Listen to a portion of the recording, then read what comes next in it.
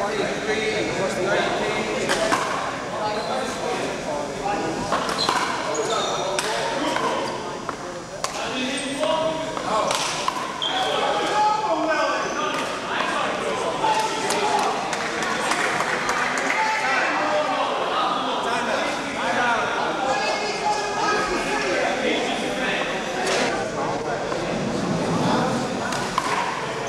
shots. They're all percentage shots.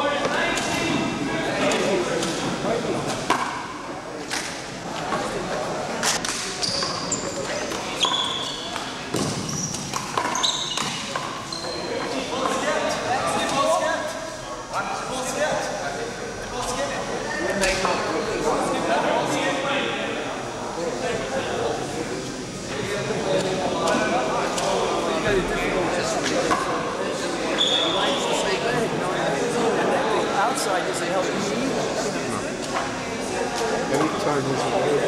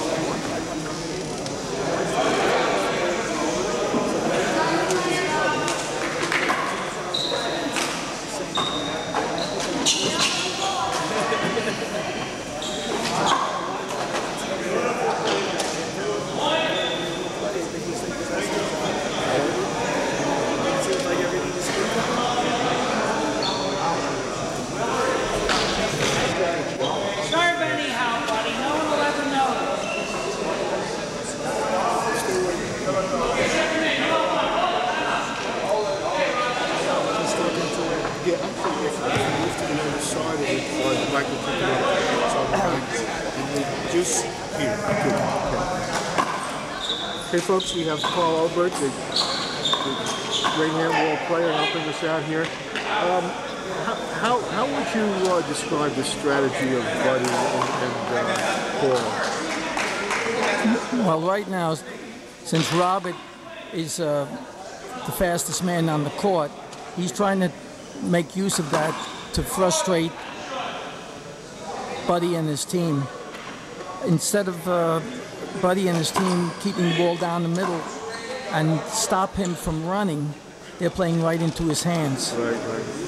It appears that on the last play, they were lucky, Buddy was lucky to put him out, but they were playing into Robert's best game, running and retrieving. Yeah. How would you play Robert and Charlie's son? I forget his name.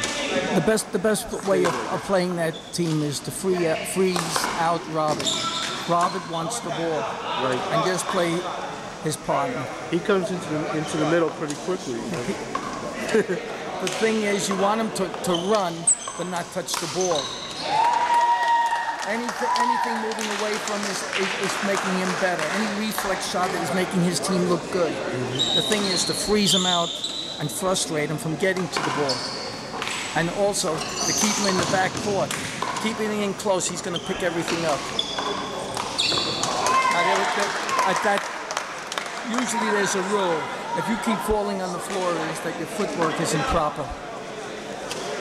Well, we have at least one player here who's famous for falling on the floor, Paul Williams. Oh, Paul, the doubles game should really be played with your two strong hands, working the ball. As I see it right now, all the players are working 50-50, 50 with their left, 50 with the right. And that's because they're not setting up properly. The real double champs always set up. They work from the outside of the line, always looking to get it with their strong hand. So it'll be their strong hand against the other person's weak hand. Can I ask you this, Paul? Had you evolved the strategy in doubles and singles before the game? Did you sit there and think, how am I going to adapt my game? Okay, one of the things is knowing a little about your opponent. If you travel out of town, you won't know anything about your opponent, but you can learn quickly. In the warm-up, what you do is you hit the ball left, hit it to the right, hit the ball where he has a setup, and see what he does with it in the warm-up. And you can learn a lot about in the first 2 minutes of him warming up. He's looking the same way at you, isn't he, Joe? Right. Most of the people, when they go play a game, they say they play their game. We had a different idea. Whenever we came into play, we had 10 game plans. It was, we would look our offense versus their offense, if we think we could win that game, we'd try getting a shooting game going. Our offense versus his defense. If that game was, we'd let him shoot or we'd shoot first and see if we could win that. Their defense versus our defense, a volley game, we'd see if we'd play that type of game. What they're really doing is they're saying, I'm playing my game, and that's the worst way to win. Right. The way to win is to find the easiest way to win. And a lot of times, two partners playing one person can wear them out, frustrate his partner, or on the offensive player, go to him at the beginning. You usually can make 2, 3, 4 points. Then he gets in the groove. Then you freeze him out. You let 5, 6 more points go by, and then you go back to him, pick another 2, 3 points up. They're really not using any strategy. You're just hitting the ball and retrieving. There's better shots there available. Right. They only see one shot. We try to see 5, 6 shots. A step back can make a kill shot. And 2 steps back can make a better kill shot, what we call percentage shooting. Right. Right now it's not percentage shooting. Where the ball comes, that's where you hit it. So I have the feeling, though, that they are giving the first serve to Buddy, and then they're hitting it at Torres, particularly his left hand. They feel as if he's weak over there. Well, again, one of the weaknesses is that they're trying to hit pickup shots to him. With a pickup shot, he's just pushing it back and giving him the ball again. And the reason is because he never sets up to try and move. He sets up to block with his body. And that's one of the weaknesses. Unless you're ready to move to show the other person that you're attacking or taking charge of the game, you have to lose. Eventually you have to lose. Right. How many points do you think, this is a tough question, but how many points do you lose or do you gain by playing your game as opposed to adapting to the situation? To me, if you're playing your game and the person figures out your game, you can make 2, 5, and then you make nothing after that. Right. Unless you come back with a game plan, a ready-made game plan of 10 game plans, and adapting as you see it goes along. And you don't just change from one game plan to the other. If you're watching closely to see openings or see where the floor in their game is, it could be at the first point, the 5th point, the 9th point, but if you're not looking for it, you'll never see it. Right. All of a sudden, everything opens up. I've seen a game where Hershkowitz was playing Oscar, and on the 4th point, there was a shot left to left, pickup kills, and I said, this is the breaking point. Whoever wins it, wins it. And sure enough, the game just turned all around. And we learned that in Cleveland at 17-1, 2 shots were made, and the game turned around, and Oscar and Luke took the game over.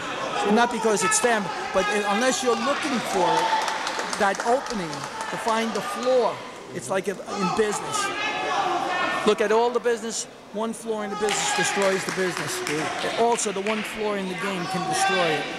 Like frustration, frustrating the opponents. If a man like him likes to run, Robert likes to run, don't make a run out of him. You take away a major asset. If a person doesn't like shooting, I've gone in tournaments, I fed setups. In 70 in Los Angeles in the finals, I fed him a setup on the 19-point he blew it because I didn't think he had the guts to do it. I've seen it often in many tournaments that at any moment, any game can be turned around. So the rule is, people ask you to score, the answer is 1 week after you fly home, I'll tell you what the score is. Otherwise, you have to come to work. You have to put pressure on them to know you're here to work. There was once a famous boxer, Tiger Jones. He was never a great boxer, but he told you, unless you work, you're not taking this. I'm not giving you anything. I'm working hard, and you better know it. And it should be in these games. What's happening is no one's looking for a strategy. They're looking for just sheer ability to hit and retrieve to win. And there's a simpler way to win. I just wondered, is there a general lack of communicative ability in people who play their own game and ignore the other person? Without a doubt. In fact, yesterday I was at Victory Field. 2 players who played a very good game. They both wanted the middle. And they were both arguing, I have it, it's mine, it's the middle. And they lost easily. So I went over to the one fella and they were arguing and I said, look, to my feeling, you're both wrong. I'll give you an analysis. In basketball, you can be a great shooter, but whoever's hot gets the ball. Or in other words, whoever's the most effective gets the ball. Right. And it should be in a game, a handball game. Whoever's working the best gets the ball, not whose side it's on. Whoever has the best shot. If you notice in most of these players, this is my side, this is your side, and that's the wrong way to play. If you want to put pressure on people, whoever has the best shot gets the ball. And sometimes running all the way over, you can put double picks and trap the man. Sure. I've seen that over and over. Yeah. As a matter of fact, I've seen Paul do it several times. Well, he doesn't seem to be doing it very much. No, again, he's getting suckered in for the pickup shot. And a pickup shot is not an offensive shot. See, he's pickup shot again. They're bouncing it in front of him. Really, those should be all setups. Why does he fall down like that? No, because his footing, he has his feet spread wide, and then you can't move out of that position. Your feet's supposed to move like a basketball player, ready to dribble around somebody. How he moves on the inside and outside of his feet to push off.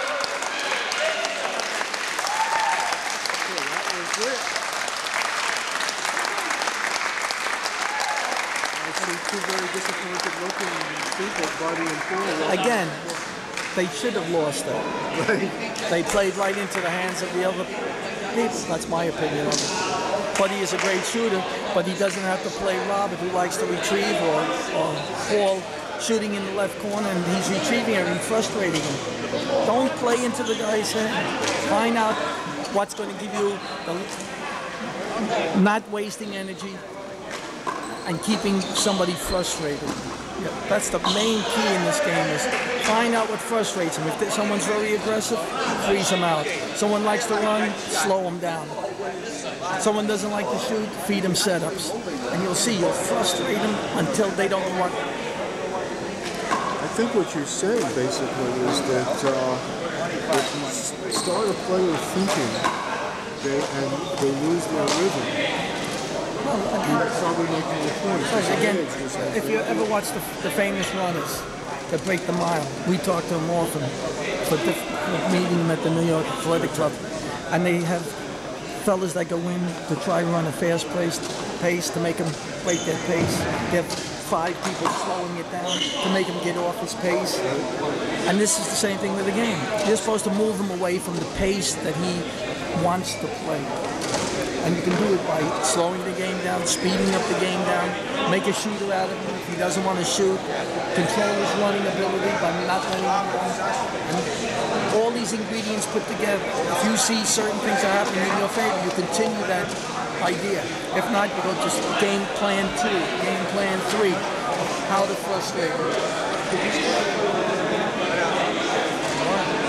Because I'm going to ask him about how to play you. We've got a player here, Pat, who's a tremendous enthusiast. I mean, he gets hot, he gets cold, he's an excitable, irascible sometimes person. How would you play this guy? Well, let me just give you a few ideas about that. I put together ideas. One of the ideas is that there's an exchange of energy within people. There's a battery in you, and there's a battery in me. And every time you get frustrated, you recharge my battery. You make me keep going further and further to win, where I may have laid down. You're so frustrated already? Being emotional only adds to his battery. What you want to do is you never want to add to his battery. Second of all, you have to realize a good player is supposed to score points. Einstein says you can only think of one thing at one time. So while you're thinking about him scoring on you, you're not concentrating on how to win a game. There's an idea that you have to keep your mind open and free to concentrate on, was it the right shot? Would I have taken a better percentage shot? Is there a better way of winning it? Should I have been moving it? Not he's scoring on it. If you ever played basketball, I used to shoot foul shots. Make 30, miss one, shoot 48, miss one, shoot 40, miss one. I said, why am I missing? Then I found out that the top foul shooter in the league shoots 78%. And then I came to the conclusion you're supposed to miss. So once you get by the idea of missing is okay, But couldn't you have an impeccable technique? No, you have to miss. You have to miss. Why? Because that's within everyone. And once you can bypass that idea about missing, him scoring on you, you're back to concentrating on winning and analyzing. You don't want to get intimidated.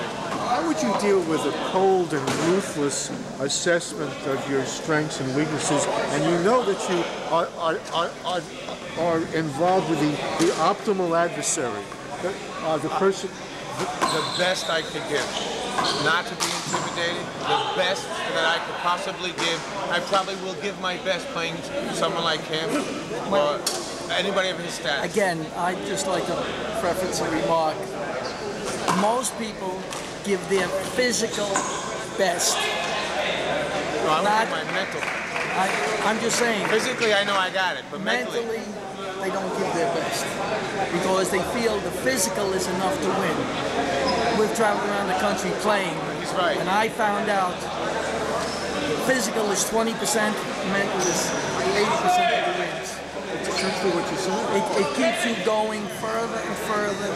It makes you never give up. It makes you only say first place or no place. Have you applied that to other parts of your life? Actually, I want to shoot for that principle. Sure, I teach people business concepts. Right. And most of the ideas come from that within everyone, they have the answer. But they do things like 1, 10, 8, 7, 5, 6, 4, 2, 9. And I put it in order. 1, 2, 3, 4, 5, 6, 7, 8, 9, 10. So they can understand it, what's really happening, and not what they think is happening.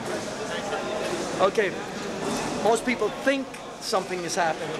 I played in Brownsville, 4,000 people were there. And after the game, I won the game. Everybody told me about the game, and not one saw it the way I saw the game. I was playing it and what my concepts were. Yeah, I think you were talking about the hooks and the spins. Well, placing of the hooks, the whole concept of being under control. Not physically, but mentally under control. Question, applying this to a situation of a man and a woman, a man has to be not only an intelligent assessor of a woman, but has to be vulnerable to a woman. Has to be open. There have to be areas where he can be hurt, he can be injured. Is there a kind of an overlap of strength and limitations that come from the court that apply to relations between men and women? Well, again, you maybe have physical limitations, but the mental limitations are up to you. If you travel, watch different styles, think about winning, talk to people. I usually can take someone in 2 weeks of teaching, be at 12 years of playing in 2 weeks with just the concepts of ideas. And I think a lot of the people rely on their physical. I remember I was the fastest human being alive, I thought I was, until I met a 40-year-old man at 63rd Street Y playing four-wall, and he could run just as fast as I could. And then I said, then what? Right, I had that experience. Then he had hooks.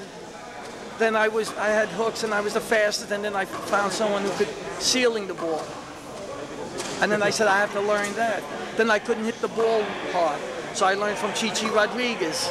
He's a 108-pound golfer. He can hit the ball like Nicholas. So I learned his technique. And from Whitey Ford, how to change the speeds. From every aspect of watching any sports, you can get an idea of how to improve. I'll give you one idea. How many people practice running backwards? Only Gene Tunyon, he's dead. 20% of any sport is running backwards. That's right. How many people run backwards? Absolutely I'll give you nobody. another idea. Somebody told me he runs 10 miles a day. And I said, what sport do you play? He said, why? I said, if you were a bowler, running 10 miles, stereotype, is a great thing to do. If you're a paddleball player, tennis player, racquetball player, where it's stop, jab, why not run like a fighter? Wouldn't that be more significant? Or basketball. With all the Basketball? stopping and starting. Right. Another thing is somebody said, I play every day. I said, you're foolish. You ever have a job or paint or do anything that you really like and you do it every day, it becomes boring, not creative. Why not play ping pong on the odd day for your reflexes? Play basketball so you dribble around like this, stop, go. And then you're improving yourself. I went to Cleveland. They said the fella never gets tired. It's 5 minutes, he was dead. Changing the speeds, doing what he didn't like, frustrating him. But you see, it takes the type of, you have to keep on thinking, keep on learning. We've been playing all these years and we still learn a new trick. If you watch poor players, what makes them poor? Analyze it. Do the opposite of them and you become a great player. So there's always opportunities. It's up to you to see the opportunities and make use of them. Are you frustrated as you watch these guys play their game, almost like an insect that can only do one thing, you know, or a dinosaur? Are you frustrated? Do you want to go out there and grab them and say, start thinking? But again, I do. Indirectly. See, some people won't take criticism. So I'll go over and I say, he missed 3 kills in the right corner. I said, boy, you had a perfect opportunity. You lift it that much high and block him out. He would have been dead. And they'll convert and try it next time. You tell him he'll say, that's my shot. It's the wrong approach. So you have to lead him with an idea into a situation where he thinks it has value. So what you do is you give him 3 ideas, weight the idea that you like, and he'll come to the same conclusion you would. I'll give you an idea. I'll make you say yes every time. You want to live a healthy life? You want to watch great games? Yes. You can keep on going. Just put the questions in a way where they have to say yes. And it's the same thing with improving. Make the surroundings so nice that they want it for themselves. Telling them will never work. We call it the third party theory. You make surroundings a third party and they pick out which they think they picked it up, but you set up the situation. And that's really the way to make people improve. I've seen great players, no, I played, like one fellow said, that's my game. So the basic goal is really 2 goals, is to be conscious of what you can do and also to enter into a kind of a dialogue with the other player, almost a kind of a communication, a kind of an intimacy. Most of the times it's communication gap. I'll give you another idea. A fella came to me the other day, he said, I've been playing 20 years, I know about the game. I said, hit the ball a few times.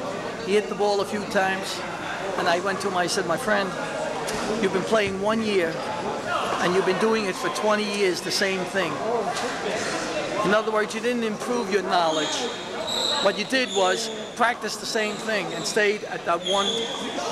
This is Carl Obert, who was just chatting with you about all the niceties of handball. We're about to continue with the matches. We're going to continue later with Carl, so why don't we just turn the camera around toward the court so that we can get started. We'll make an introduction of the players. We thank Carl very much. He'll be back on camera in a little while. What a great talker. Come on, right? Got the ball in the background?